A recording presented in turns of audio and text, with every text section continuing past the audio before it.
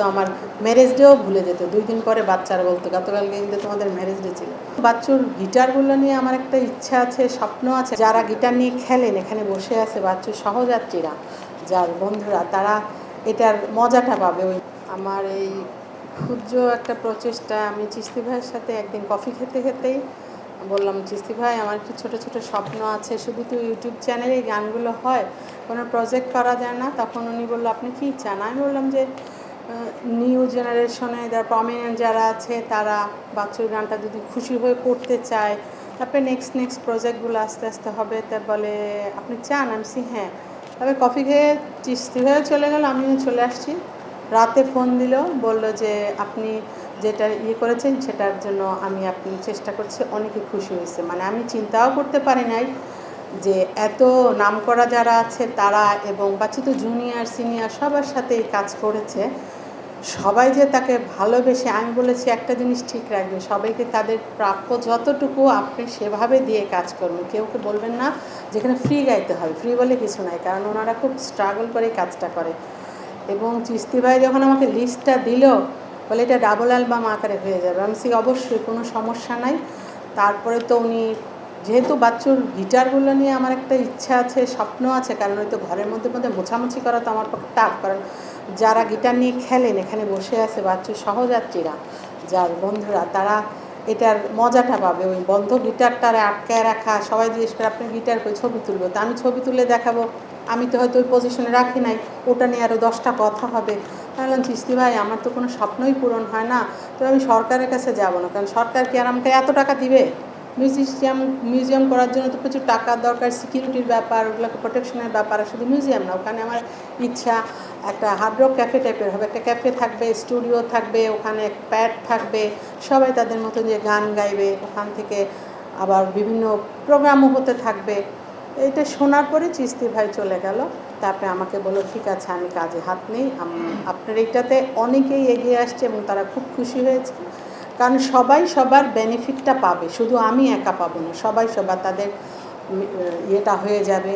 তবে চিস্তি ভাই বলার পরে আমি তো চিন্তাও করতে পারি না, মানে ঠিক 1 মাস 15 দিনের মধ্যে এই প্রজেক্টটা চিস্তি ভাই দাঁড়া করালো। মানে চিস্তি ভাই চলে গেছে, যা লাস্ট যেদিন আমার সাথে মিটিং, গুলশানে একটা ক্যাফেতে আমাকে ডাকলাম, সিটে প্রতিবার ধানমন্ডিতে আসছেন, আমি যাই। তারপরে আমাকে বললো এটা আমি আপনি চলে যাবেন, কীভাবে হবে? বলে সিস্টেম আছে, সব হবে। এই সিস্টেমেই আজকে এটা হলো, এবং করে করে আমাকে রাগগুলো শোনানো হলো, এবং এতগুলো মানুষ এত খুশি হয়ে এবং এত ভালোবেসে বাচ্চুর গানগুলো, সবাই সবার গান ভয়েসেই গানগুলো গেয়েছে। অ্যাকুরেট বাচ্চুর মতন বাচ্চুর সন্তানও গাইতে পারবে না, কেউ কার মতন হয় না। এভাবেই শিল্পী বেঁচে থাকে, শিল্পীকে এভাবেই বাঁচিয়ে রাখতে হবে, কারণ শিল্পীরা তো গানটাই রেখে, যেটা তো তাকে প্রপার্টি। এই প্রপার্টিগুলো নিয়ে যারা গাইবে তারাও খুশি হবে ভালোবেসে। এই প্রজেক্টের পরে হয়তো ওর তো অনেক অ্যালবাম, অনেক গান, সব গানগুলাই এরকম ক্যাসেট আকারে আসবে। আমার ইচ্ছা আছে একটা ওপেন এয়ার কনসার্ট করারও, সেখানে জুনিয়র সিনিয়র সব ব্যান্ডাই থাকবে। এভাবে করে করে দেখি এখন আগালাম এই পথে। আপনারা এখানে যারা বাচ্চুর সহযাত্রী গীতিকাররা আছেন, সবাইকে আমার অনেক ধন্যবাদ যে তারা সব ব্যাপারেই সাপোর্ট করেছে, কারণ তাদেরও তো একটা নেম ফেম, তাদের স্মৃতি অনেক কিছুই আছে এটার সাথে, শুধু তো আমার একার না।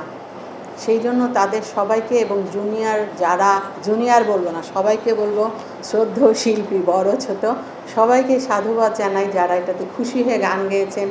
নেক্সট আরও যে কোনো যে যার ভালো, আমি বলছি চিস্তি ভাই অপশনটা খোলা রাখুন, যে যেটা পছন্দ করে সেটাই গাইতে দিবেন।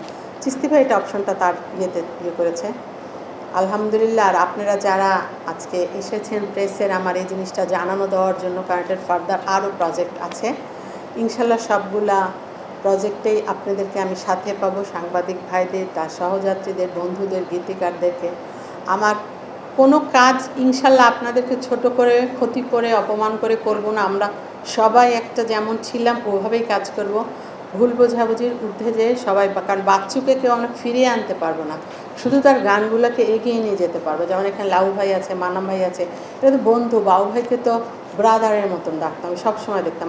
বাচ্চু ঘরকে যতটুকু সময় না দিয়েছে, এনাদের সাথে অনেক সময়। আমি হয়তো আমার ম্যারেজ ডেও ভুলে যেত, 2 দিন পরে বাচ্চারা বলতো গতকালকে কিন্তু তোমাদের ম্যারেজ ডে ছিল। তো আমি মেনে নিছি যে মানুষটা এরকম আলাভোলাই থাকবে। তারপরে চলতে চলতে অনেক কিছু ভুল ভ্রান্তি চলে, কিন্তু স্মৃতিগুলো তো থাকে। মানুষটার জন্মদিনে আজকে আমরা সবাই মিলে তাকে হ্যাপি বার্থডে বলে তো তার পর্যন্ত পৌঁছাবে না, 2 রাকাত নামাজ পড়ে যেন তার জন্য 2টা বক্সিয়া দেওয়া হয়, এটাই। আর সবাই যদি কোনো ভুলভ্রান্তি হয়ে থাকে, সবাই নিউ কামার যারা আছেন সবার প্রতি আমার শ্রদ্ধা ভালোবাসা আমার। আর কষ্ট করে এসেছেন আপনারা, আপনাদেরকে ধন্যবাদ। কিছু বলবেন বন্ধুর জন্য, ভাইয়ের জন্য?